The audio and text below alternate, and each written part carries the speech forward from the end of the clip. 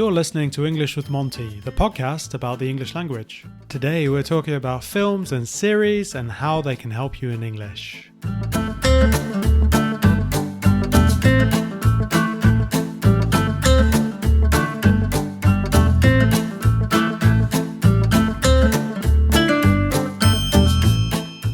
Hello there and welcome to English with Monty. We're on episode 24 now, and due to my huge audience in Brazil, I decided to get a lovely Brazilian on the show. It is Igor, who I regularly do lessons with, and we're going to be talking about films and series. Hi there, Igor. How are you doing?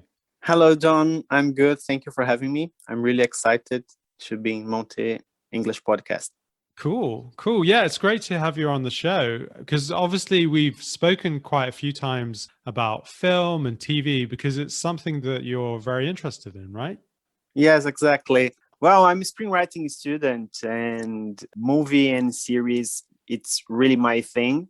And I think it's a good tool to improve and learn a new language when you are able to watch a movie or a series in the language that you are trying to learn. So I think it's a really good tool. Cool. So that's something that you do, is it? Yeah, John, absolutely. I love films and series. I'm studying to become a screenwriter. Movies and series really help me improve my language and my vocabulary and even my understanding of English. I believe that this is a good tool for someone that is trying to improve a different language. Why do you think it's important? How does it help exactly?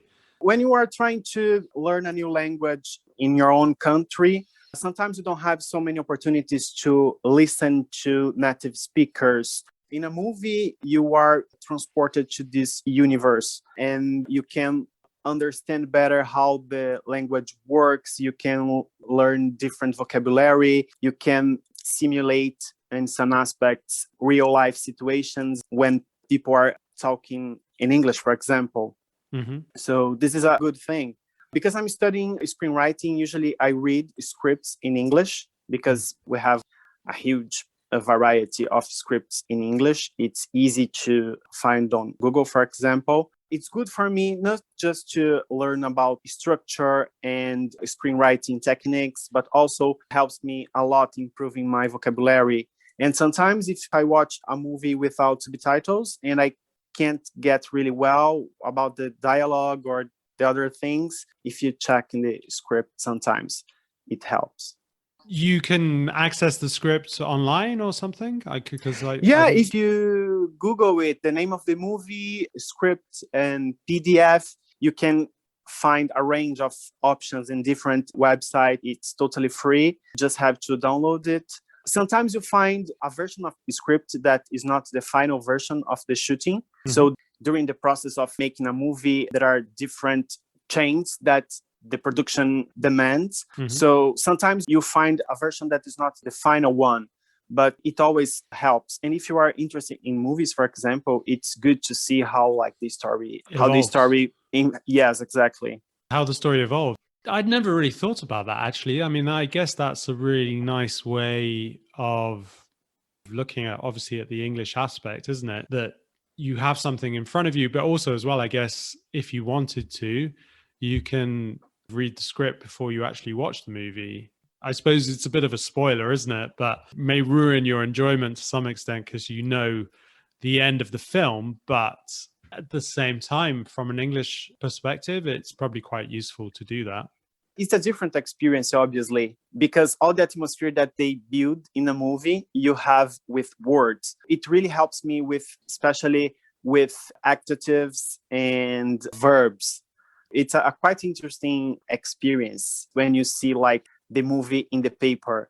And a few scripts are really similar to what you see in the movie. And there is a really rich description about the scenes beside the dialogues.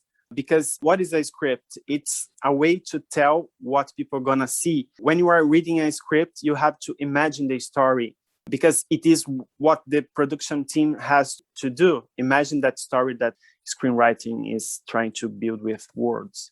Definitely. So I guess that means that the scenes are described really well, right? You say, here is a dark and moody scene where they're talking in a very serious way. They really focus on the adjectives and creating the atmosphere, right? Yeah, exactly. Because it's the first step. So you have to build this atmosphere and this universe with words. And this is the guidance for example, the art department team, for the sound team, and for the director. So it's a really interesting piece, especially if someone is interested in movies and series like me. Very much so. It's using your hobby, really, isn't it? Your passion alongside English, right? Exactly. And I think this is something really important when we are trying to learn a new language. If you try to connect your interests with a new language, I think it's a really good way to keep you motivated and learning different things. For example, if you have passions for cars or sport, you decide to read a book in a different language about it, or I don't know, maybe a biography about a soccer player or someone that you admire, and there is something written, or maybe a documentary in another language about this person. It's a good way to keep you motivated and challenging yourself to go forward, to develop your skills and your ability to talk and communicate in a different language. And I guess obviously if it's something that you're passionate about, then it gives you more vocabulary just from reading that thing, right?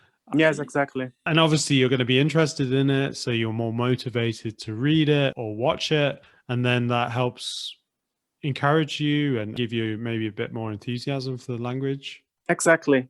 Well, the thing is, it's a lonely experience. Sure. This perspective, you don't have so much opportunity to interact and especially talk. But it's good because if you find another person that has the same interest, you can use all this knowledge that you learn in your lonely journey with someone. For example, I'm sharing my experience now with you.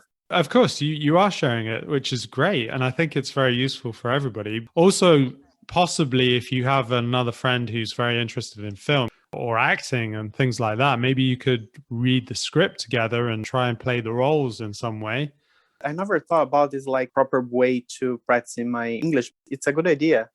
I think so. It may seem a bit strange, but I mean, certainly if you're interested in acting or drama or bringing your writing to life, that can be a good way. Because also as well, I suppose if you're setting a scene and you're creating an environment, then also you can really think about how you say certain things.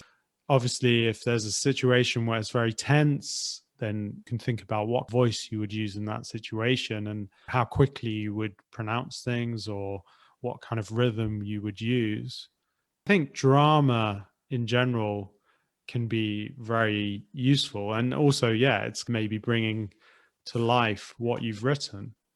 Exactly. There's this technique that they say when you are writing, especially dialogues, you Mm-hmm. have to read it out loud because there is a clearly difference between the way that we speak and the way that we write. Mm-hmm. So to build more natural dialogues, you have to speak out loud.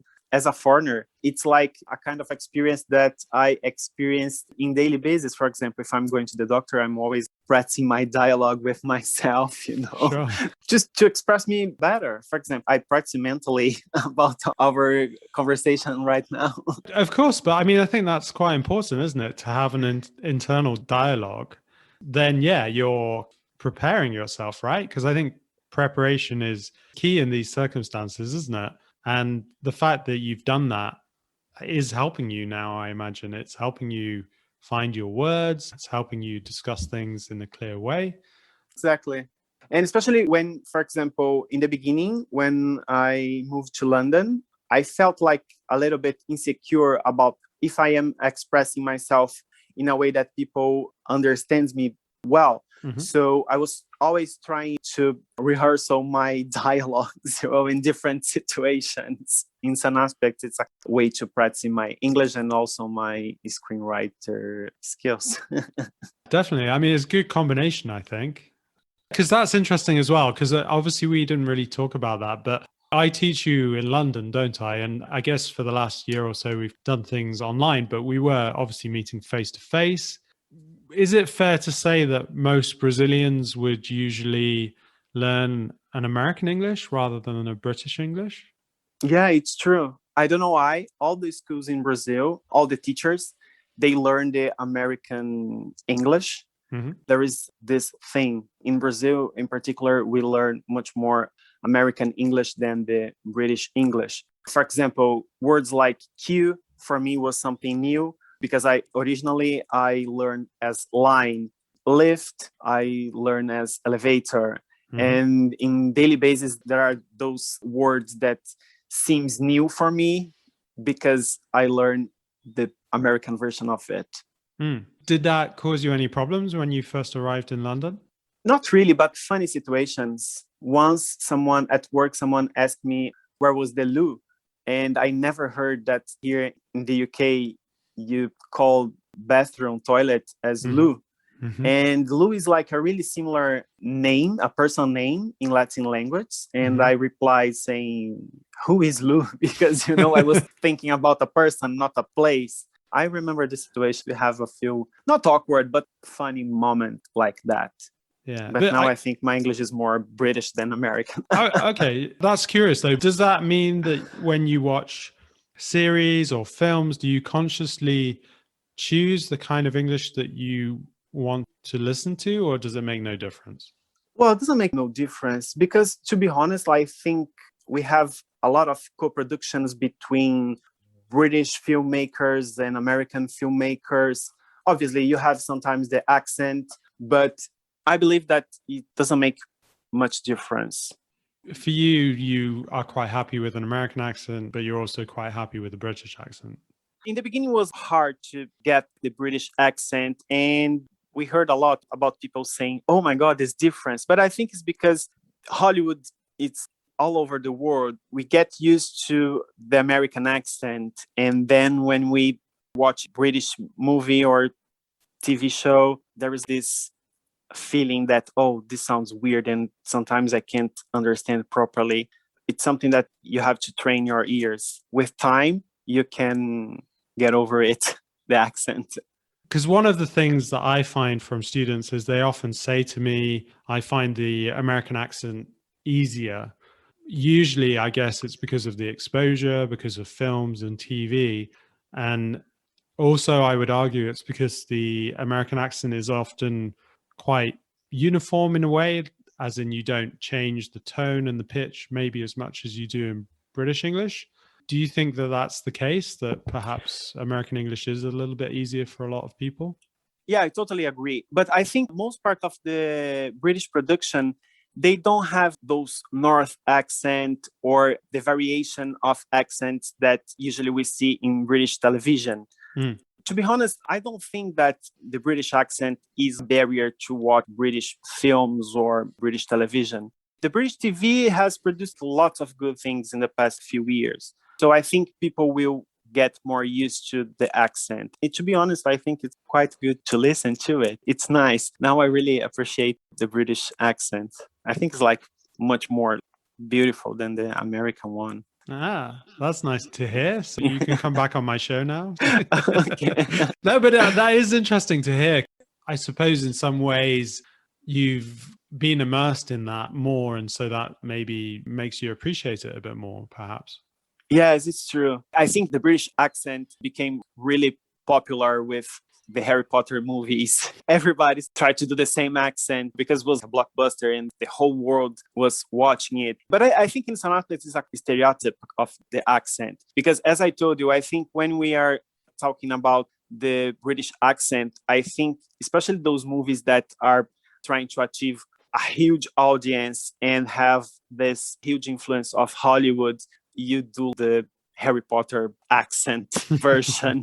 I think it's not the majority of the British accent sounds like the Harry Potter characters, for example, or Harry Well, Potter. I guess it's probably a bit more neutral, isn't it? As an accent, it sounds more proper in the sense that we say received pronunciation, RP English. So I guess it's just a very clear version of English, which would obviously appeal to a wider audience. I would imagine, I mean, I'm not entirely sure, but I would imagine that they probably try and do that with most films nowadays, just so that the audience can perhaps follow it a lot easier and a lot better, and it's better for an international audience, I imagine. Yeah, I totally agree. And I think when I said in the beginning that I didn't see so much difference between the American English and the British English on movies or telly, I think it's because it's this version that is not maybe the natural accent. They try to make a balance. Yeah, so they exaggerate it to some extent, don't they? I mean, I guess your experience of everyday English is probably very different. Yeah, totally different. And now it's quite interesting because I'm trying to figure out the accents when I listen, especially when I'm watching a daily tally, like the news, and I say, oh, this I think is the Scottish accent. Oh, I think this is the accent of the north of the island. I'm challenging at the moment to try to realize and discover different accents. And I think this is possible just because of telly, because with the news, especially, you have context, or if you are watching a series that the story is in a particular region of the country, you can say, oh, this is the way they sound in that area. So it has been an interesting experience, try to explore these different accents here.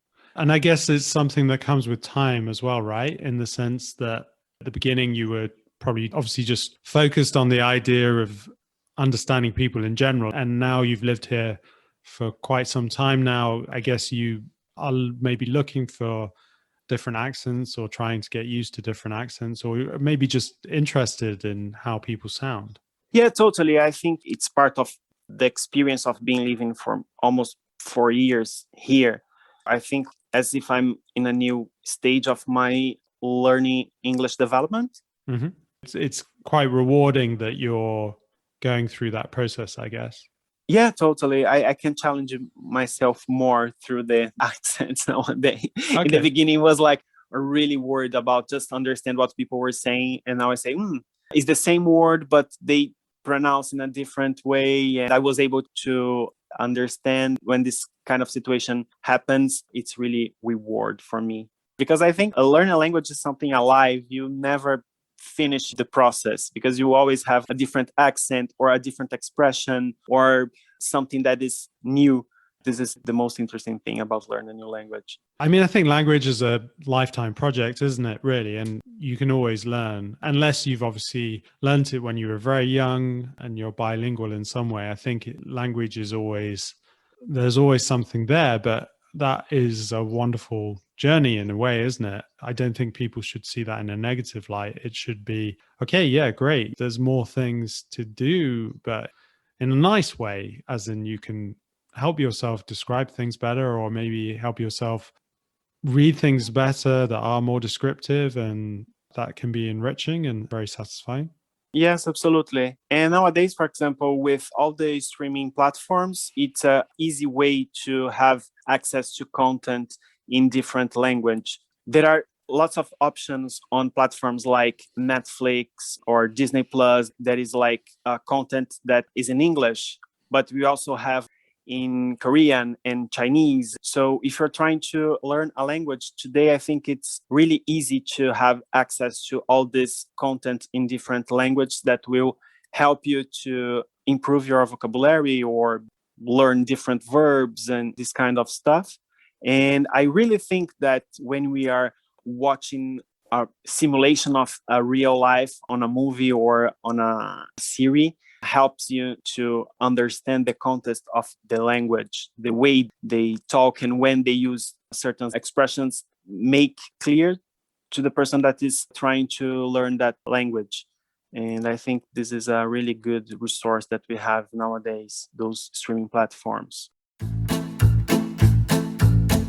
At Monty, we offer English classes online, so you can join wherever you are.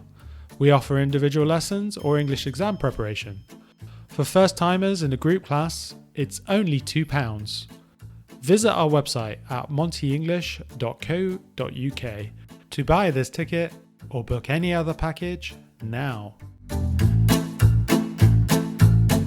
Definitely. And would you say, we've spoken about this before, haven't we, when we've done lessons, but would you say at the moment, I guess we're living in quite exciting times, right? With streaming and Netflix, Amazon Prime and all these things. I guess there's many potential opportunities for people like yourself interested in the film and TV industry? Yeah, it's one of the most exciting moments, especially for TV productions. Obviously, there are like different discussions. For example, Netflix and Disney Plus will kill the cinema theaters. People will just watch films at home and not at the cinemas anymore. I think in terms of quality and the level of the stories, it has been a really good moment for creative producers. We can tell stories that we couldn't a few years ago, and these platforms, they allowed a creator achieve a different audience. So maybe if you write a movie or you produce a movie that was focused on a specific public, they were like a small target, with those platforms you can achieve them. You don't need all the support that the blockbusters movies needs, because they are made to achieve a large audience. So we can see stories from different points of view. I think one of the reasons is because of those platforms. They are a good way to have a story for all kind of people. I mean, I guess there's more variety, isn't there? There's more opportunity. It's easier for people to access it. It's an interesting thing that you said about cinema. I mean, personally, I think that cinema will still continue and still be popular because it's about the experience, I think, to some extent. I mean, and maybe it will evolve a little bit in terms of making it a bit more of an experience where you're able to get beer or some wine, make it more of an occasion, maybe. But I can't see it really. I mean, maybe it will just change rather than decline necessarily. And obviously, we're in quite a bizarre situation, aren't we, with COVID? So hopefully things will recover as the world gets back to normal. One thing as well that I remember you mentioning was about going to the cinema and watching films designed for deaf people. Is that right? Yeah, when I arrived here in London, I bought an annual pass to the cinema because, as I told you, it's a passion. I really enjoy go to the cinema. I agree with you. I don't think that this is going to be like something that in the future it won't exist. I think it's a range of experience going to a cinema. My beginning in London, I went to the cinema really often, and I discovered that there was a deaf section. All the movies has subtitles in English because obviously the audience that they were expecting to see that movies was people that wasn't able to listen the dialogues and the sounds. So it was really helped me to follow the story and have the whole cinema experience here in London. Because back in home, we always have subtitles in Portuguese, my mother language. But here, I just have to totally be immersed on the movie without the subtitles help. At home, it's easier. You can just switch on the subtitles, but in the cinema, it's completely different. And when I found this special section, it was really good for me. And I noticed that I wasn't the only foreigner over there. I think other people that, well, London is a global city. So I noticed there were more foreigners with me at those sessions.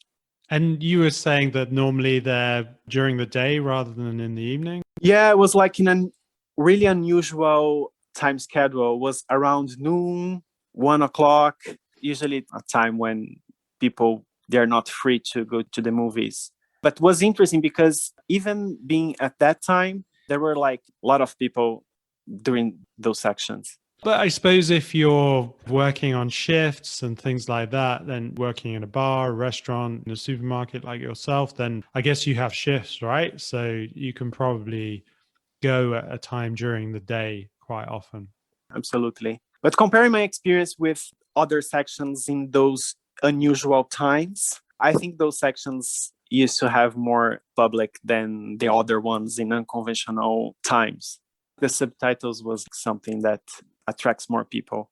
I think that's a great tip for people, isn't it? To go to screenings like that, then I think with subtitles, as you say, it's great for foreigners, isn't it? It's great for English learners. Yeah, and especially at your home, if you are watching a movie or a series that you like, try to keep the subtitles in the original language that movie is spoken, because this challenge yourself and put yourself out of your comfort zone. It's better to try to follow the story in their original language than try to use the subtitles to help you. Even if you don't understand at first, you can rewatch. And I think it's gonna really help someone that is trying to improve the English. Especially if you take a sitcoms that are 25, 30 minutes of duration, you can like rewatch more than once really easily. Subtitles in the original language is really helpful.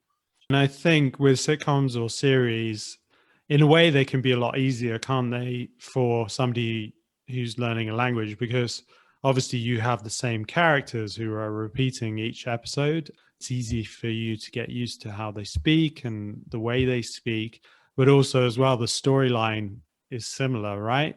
In that case, you're not following a new storyline, because I guess in a film, you're getting used to the characters, you're getting used to the storyline, and then once you've got used to it, it's over.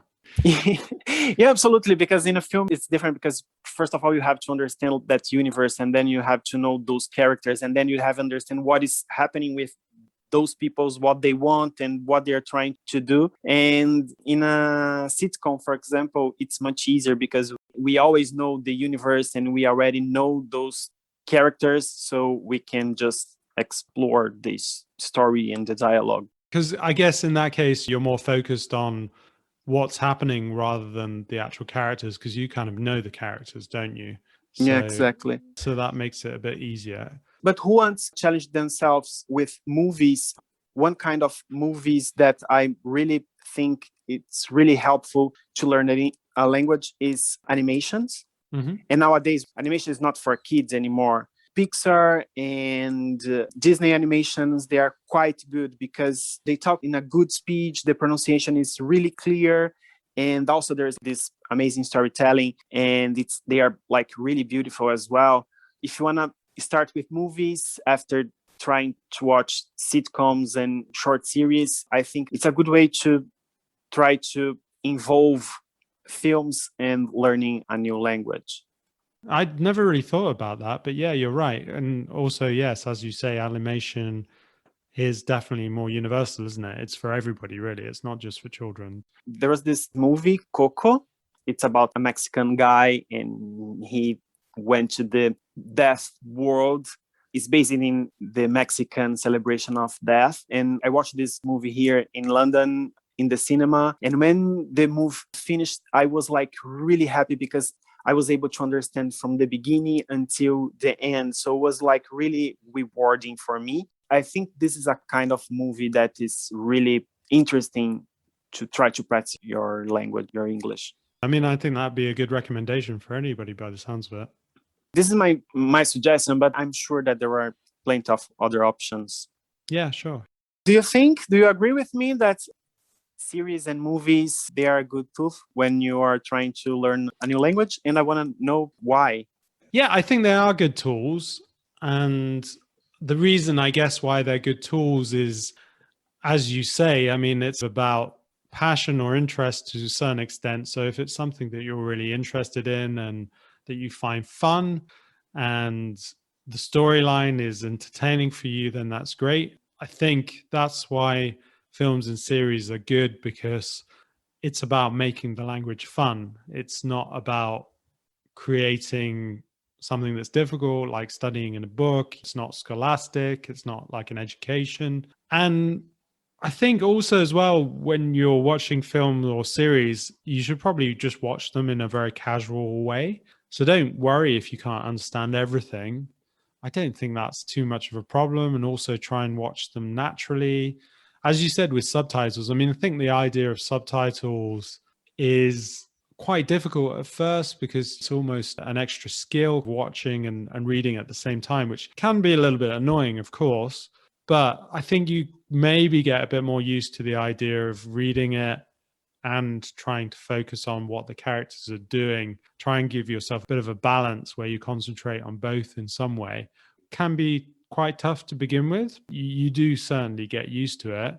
And I think you don't always have to look at the subtitles, right? You can just try and watch it normally. And then occasionally, if you see a word you don't know, you can glance down, because you've got this visual and obviously you're listening as well. A visual element and listening at the same time really helps, I think, to remember things.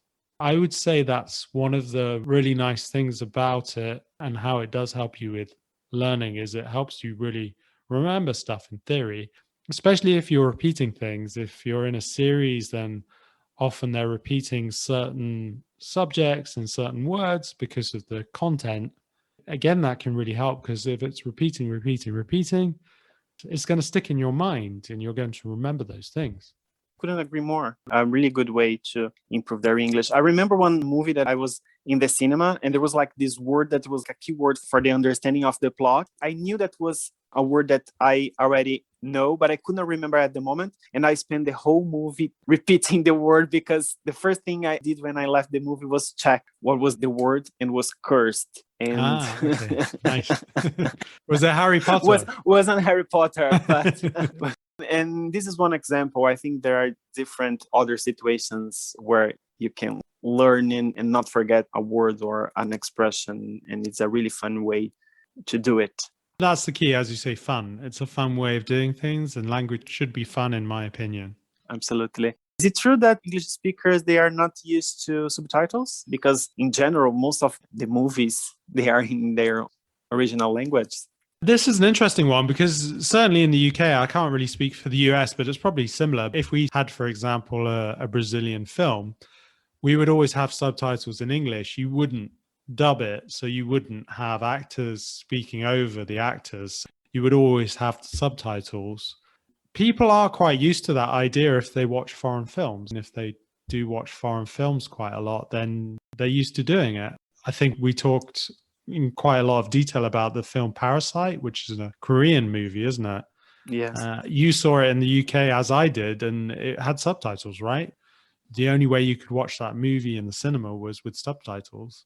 Don't worry, they are trying to make an American version of the movie, so maybe you can watch Parasites without subtitles. I think genuinely you lose a lot. I guess the Americans have this habit of remaking things, don't they? It's like The Office, for example, was originally a British series, and they had to adapt it for an American market, which I can understand. Something like Parasite, one of the reasons why it's such a great movie is because it's about the culture and their society in South Korea and how things are. Not having it in the original language, I think it would have lost a lot of what it was about, and it wouldn't have made it such a good movie. I think it is such a good movie for that reason. It's not just about the language, is it? It's just the context. What makes the movie a great movie is because the plot, it reflects a specific point of the Korean culture. Yeah. And I think when you reboot in a different country, you can lose part of the meaning. And I think stories are really universal. You can watch Parasite and you relate with your reality. For example, I'm a Brazilian living in UK, and I can relate that reality with Brazil and also here in London, that is a rich country. So I think this is the most powerful thing about stories. You can watch local, and this can reflect with your own story no matter where you are.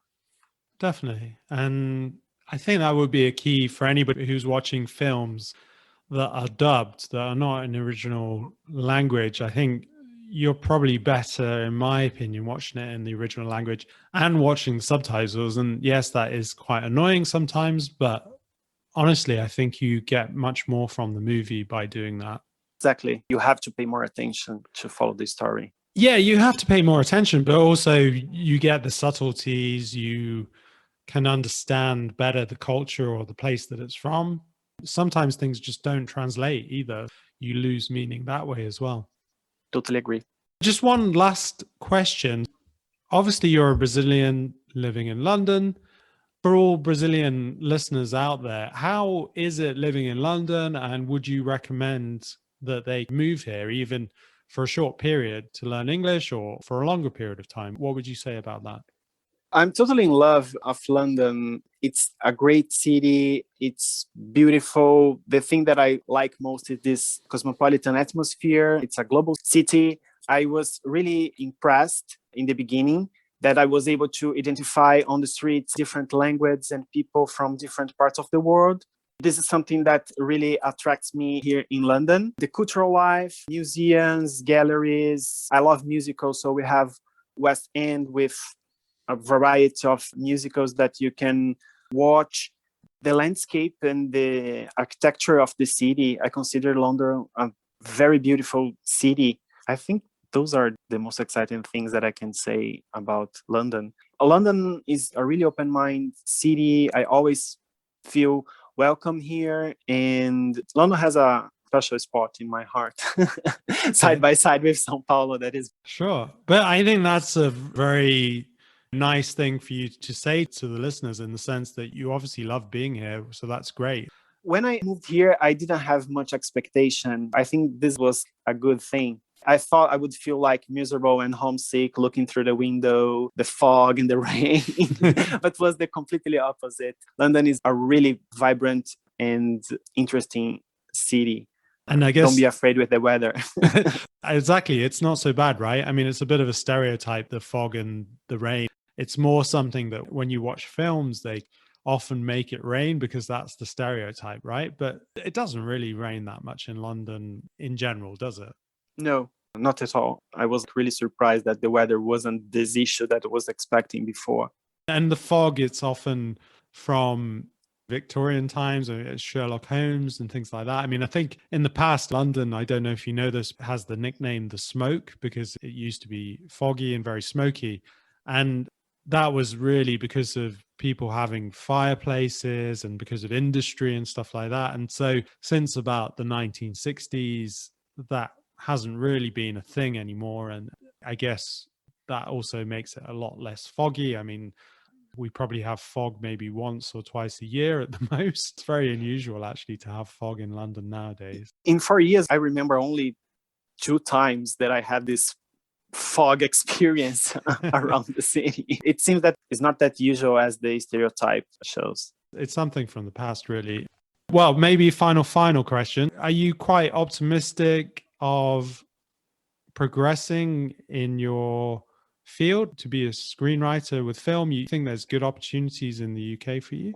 As a screenwriter, I think quite challenging the language barrier. It's not impossible, but I think I have a lot to learn with British filmmakers and try to replicate in my own language. London is this place where the film production is really intense. In the past 3 years, there were released big studios. The things tends to intensify in the next years. I'm really excited at the moment. I'm trying to figure out what the opportunities I will have in this field. But definitely, I think London is the new Hollywood because there are plenty of investments and huge movies has been made here in the past few years. Blockbusters like Star Wars, Aladdin, all these live actions from Disney, they were shooting here in London, and the city has give tax benefits for filmmakers shoot here in the city. And there's also this amazing infrastructure. Yeah, I think I'm optimistic. Let's see what the future reserves for me. Definitely. I mean, I think there's going to be plenty of opportunities. As you say, I guess with screenwriting or script writing, there is obviously the language element, but that doesn't mean that there's not going to be plenty of other opportunities. And I guess you could also balance that with writing things in Portuguese as well for the Brazilian market. You could perhaps still pursue a career in film here, maybe not completely exactly what you want, but over time, maybe you'll get there. Yeah, it's true. I have great faith in you. I think you're going to be famous one day. Okay, when I won my Oscar, you can invite me to come back to the podcast, please, to talk about this experience. Definitely. And I'm going to tell everybody that I know you, that I helped make you famous. Yeah, especially with my Brazilian audience. Exactly. I really believe in you. It's definitely going to happen. Thank you so much, John. You're welcome. And honestly, it's been great speaking to you, Igor. I think that's given people a nice insight into what it's like with film and series, and obviously your experience in London, which has really been nice, I think, for listeners to listen to. So hopefully it'll encourage people to visit or live here for a short or a long period of time. Thanks very much for coming on the show. Thank you. It was my pleasure. And for everybody that is trying to improve and progress in the English, keep going. It's also fun.